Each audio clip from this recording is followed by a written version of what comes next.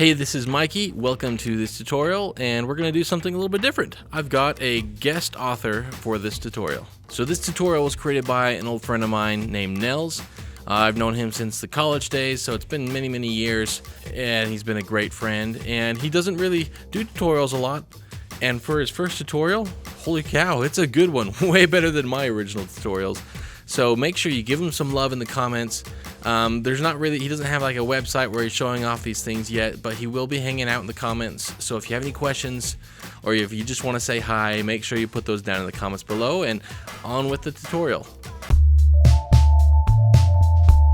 I am Nels Chick, and I'm going to show you how I made these triangles dance. Okay, I'm going to make a new composition. I want it to be 1000 pixels by 1000 pixels, 24 frames a second, and 10 seconds long. And we can call it triangles, like that. Okay, so in our composition, we need one triangle. So let's go up to our shape tool and grab the polygon tool, hold shift and double click to make a new shape layer. I don't want the pentagon, I want a triangle. So let's change the points to 3. And I like my triangles to point to the right, so let's rotate that puppy -30 degrees. Awesome. That triangle's awfully big. Let's make it much smaller. Just to start with, let's say 100 pixels. And then we'll be able to scale that up and down later. Okay, so the second layer I want to make is a null layer. And I'm going to call it controller and move it to the bottom. And this is where almost all the controls for this effect are going to happen. So in my effects panel here, I'm going to start adding slider controls to control the movement of this triangle, which will end up duplicating to form our sine waves. So I'm going to come to effects and presets and look up a slider control, bring that puppy over here, and I'm going to name it Sine. This is where all the magical math is going to happen to get this triangle to move up and down in a sine wave. To feed this, I want to be able to control the amplitude, how far it moves from center, and the frequency, how often it does it in a second, kind of like the speed of it. So I'm going to add a couple more sliders, and I'm just going to duplicate this and rename these. This one's going to be amplitude. This one's going to be frequency, amp freak. And now that I've got those on there, I'm going to option, click the stopwatch, start to work on this expression. I want to make a couple of variables, A for amplitude, and we'll just pick whip the slider here, F for frequency. Okay, so now we create the sine wave, and to do that we're going to do math.sine, S-I-N, parentheses, time, because we need this equation to change as the playhead plays across the composition. Time times F, which is our frequency, and then here's the magic math, 2 times pi, and to do pi you do math dot capital P capital I, and that's what brings this thing full circle. And then you multiply that entire thing by the amplitude. All right, and so now we've got, if we drag this, sorry, we don't have anything yet because right now A is 0 and F is 0, so this whole thing is 0. But if we start to change some things, we'll make amplitude 100, and that's going to be in pixels. And frequency, we'll make 1, meaning 1 cycle a second. You can see here, over here on the left, the red numbers there move as I drag this thing. And at a quarter of a second, it adds up to 100. At a half a second, it goes back down to 0. At 3/4 of a second, it goes negative 100. And then at 1 second, it's back at a 0. And it just kind of repeats that pattern throughout the composition. That's pretty fast.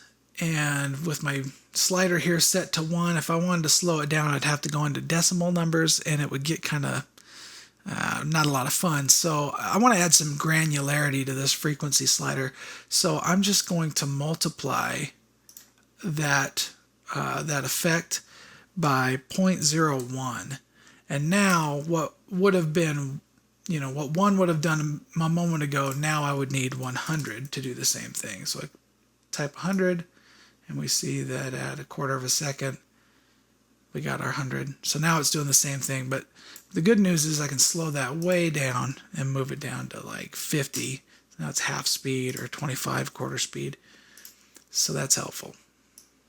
Okay, so you don't see anything moving up here yet because we have just created the engine that will make this triangle dance.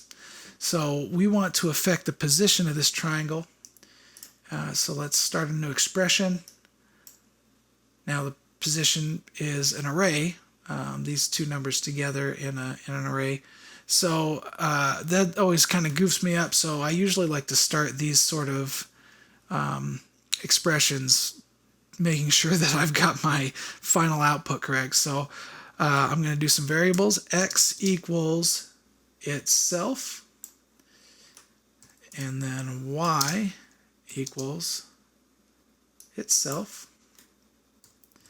And then we're going to do bracket X comma Y bracket. All right, so yeah, nothing's going on here, but this will be my output, and it'll work. So what I want to do is affect the Y position. And so I need a variable that points to this sine wave. So I'm going to click on this layer, and I'm going to lock my effects panel here so I can do some pick whipping. I need a new variable. I'm going to call it sine. And that's going to be that right there. So Y, the Y position, I want it to be what it is right now.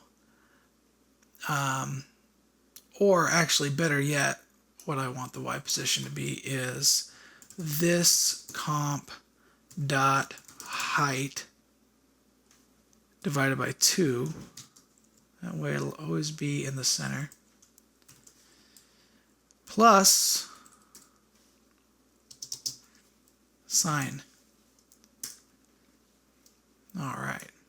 So now as we drag across, we can see our triangle bouncing up and down. And as we watch it, if we want to speed things up, we can increase the frequency. Or we can increase or decrease the amplitude. And so now we've got a nice little rig here. And the good news is that when we duplicate this layer, this information will stay there on every layer. So all of the extra triangles that we make will follow that pattern. Trouble is, if I start duplicating now, they're all getting copied into the center. And I don't want that. I want them to disperse from left to right in this composition. So I need to affect the X position based on the index of the layer. And the way I'm going to do that is I'm going to make a new variable, and I'm going to call it gap. And what I want the gap to be is this comp dot width divided by this comp dot num layers. So I need that gap to inform this layer where its X position needs to be. So I'm going to get rid of this piece of script here, and I'm going to put gap times index. And the index is this number over here, the number of the layer. Meaning, as I start to duplicate layers, this number is going to change, and each time it changes, that number will multiply times the gap. which should give me an even distribution of the layers across the composition. And it works great. So if we play this, everything is moving together, but we want everything to dance in a sine wave. So we need to offset the rest of these triangles from the first one so that we can see that beautiful sine wave. All right. So to do that, I'm going to get rid of some of this stuff so it's not in the way. And we're going to have to affect the Y position again. And the way we're going to do that is with a piece of script called value at time. And so we're going to read this sine slider. We're going to read its value at different times based on where a layer is from left to right on this comp. And so what I want to do is after X, I want to create a new variable I'm going to call delay. The way delay is going to work is that I'm going to take my X and I'm going to divide it by this comp dot width. That's going to give me a percentage from left to right of where each layer is in the sequence.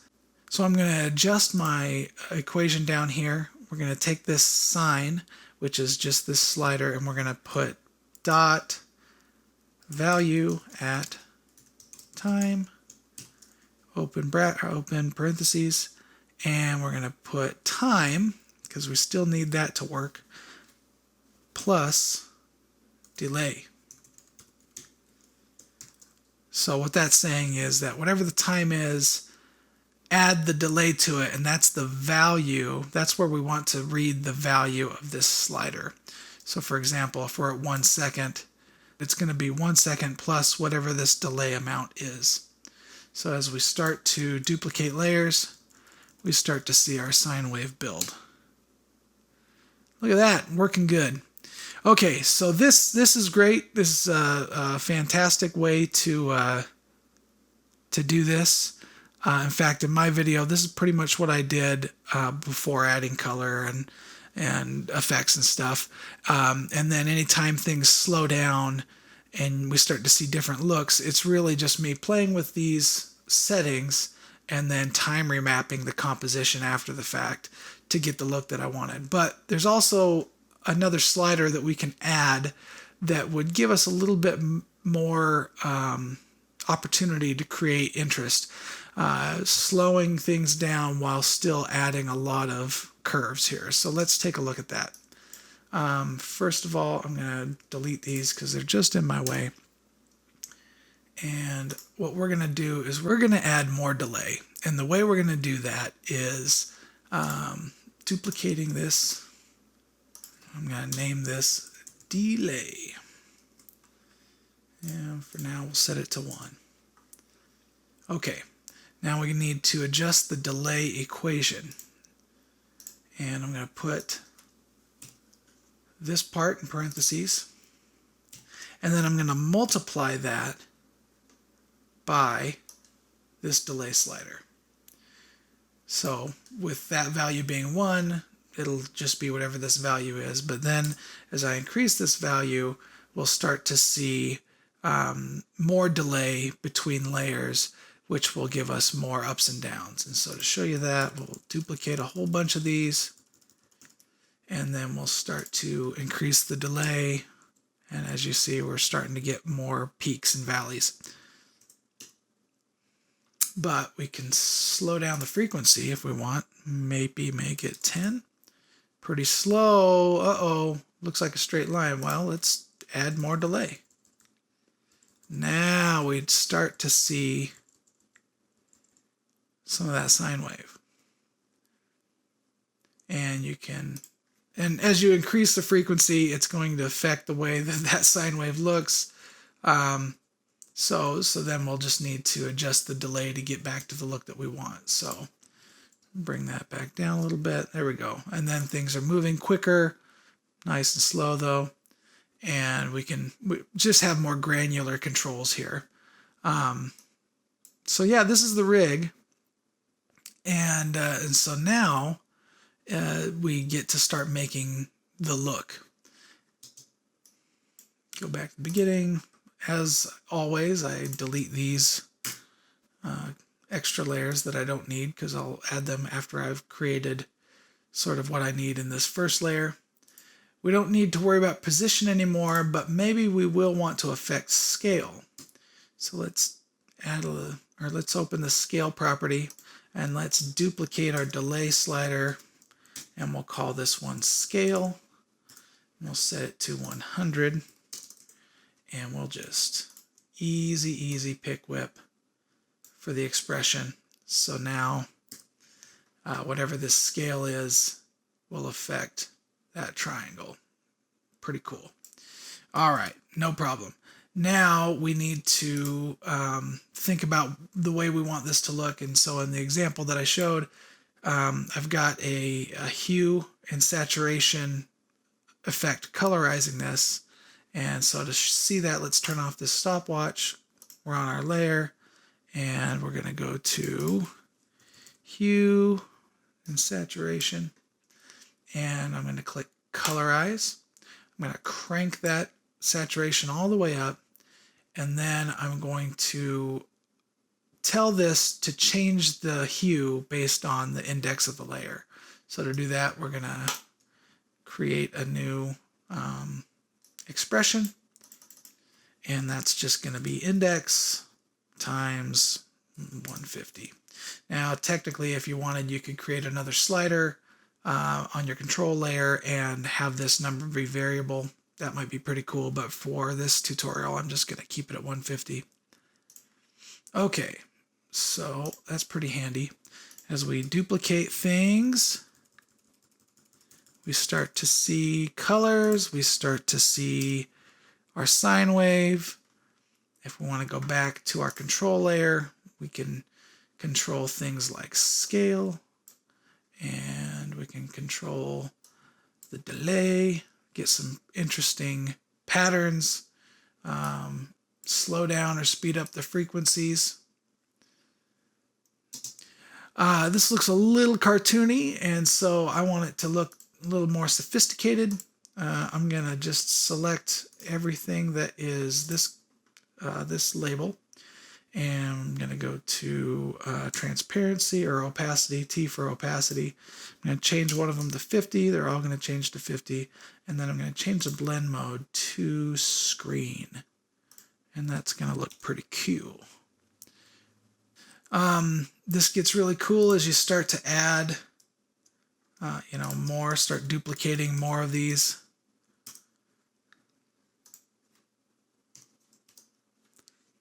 Yeah, start getting some pretty cool effects.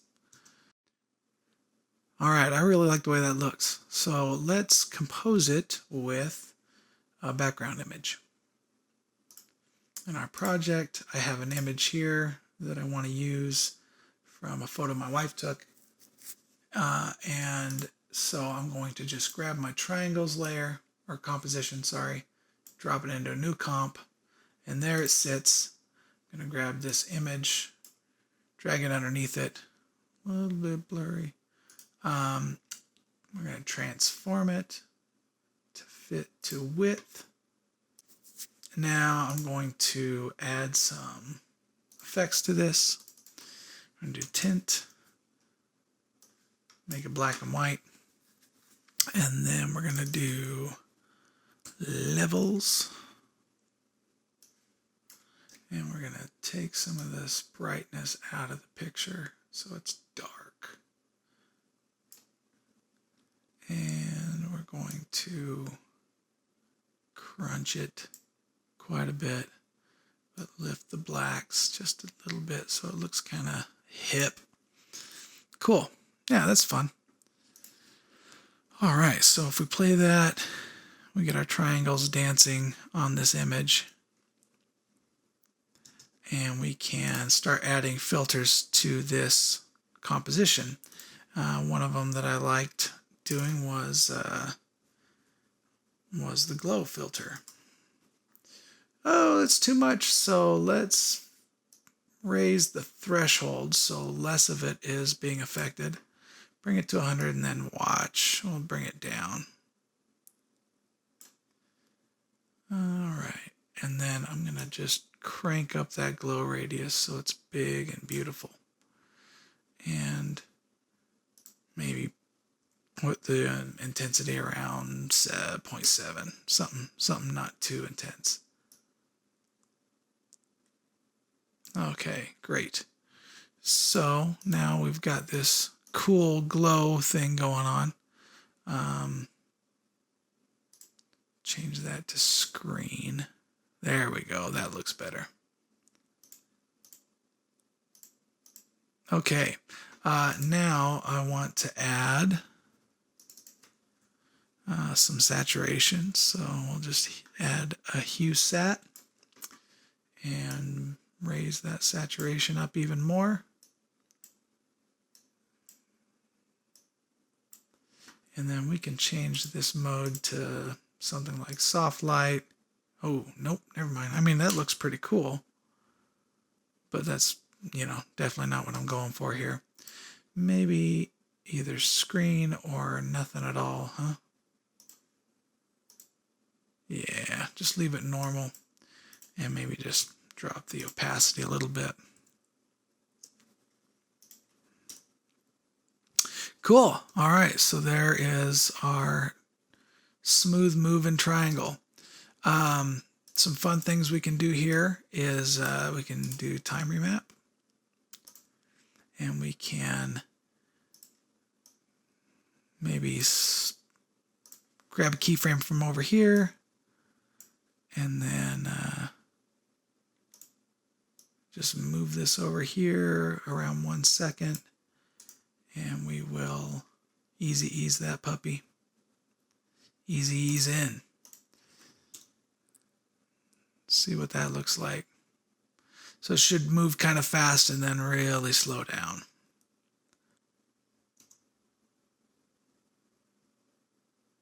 That's pretty cool. Okay, I'm going to turn time remap off. And now we can go back into this triangles composition and make changes. And if we want to do something different, let's rename this triangles 2 to, we'll just call it comp 1. Okay. Then we can duplicate this triangles and then make changes to triangles 2. And so let's go get our controller. And let's scale things up quite a bit. And let's delete a whole bunch of these. There we go. All right, let's get those moving a lot faster. All right, so to do that, we're going to increase the frequency.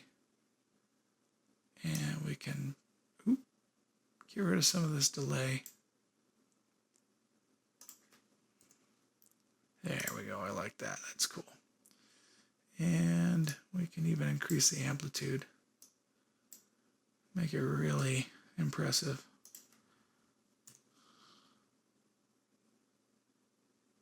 Yeah, that looks cool. And so we can go back to our comp 1, drop our triangles 2 in there, mix and match if you want.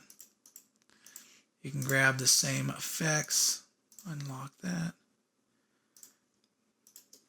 copy, paste.